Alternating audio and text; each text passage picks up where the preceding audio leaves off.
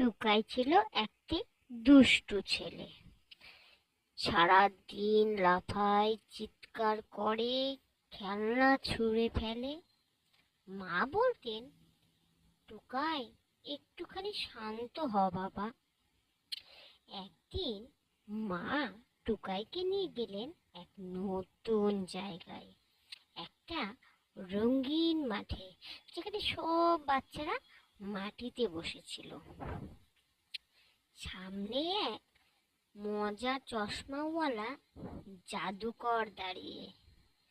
নাম তার ইয়োগা মামা। ইয়োগা মামা বললেন, আজ আমরা খেলবো জাদুর ইয়োগা।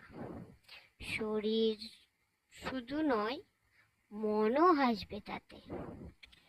সবাই প্রথমে করলো বেলুন শ্বাস। ফুদাও ফুদাও, পেটটা ফোলাও।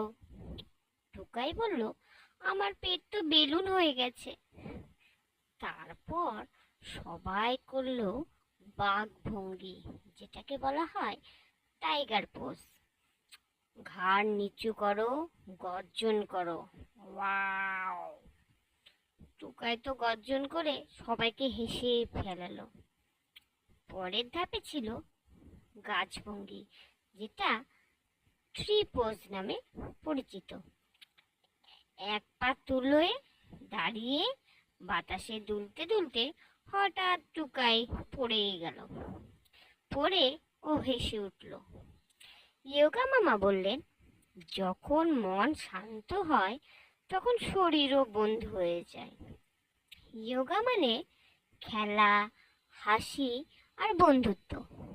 সেই দিন থেকে টুকাই প্রতিদিন সকালে 5 মিনিট করে ইয়োগা করে।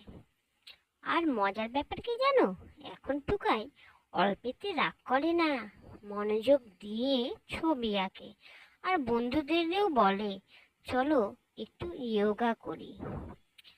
ইয়োগা মানে শান্তি, শক্তি আর মজা।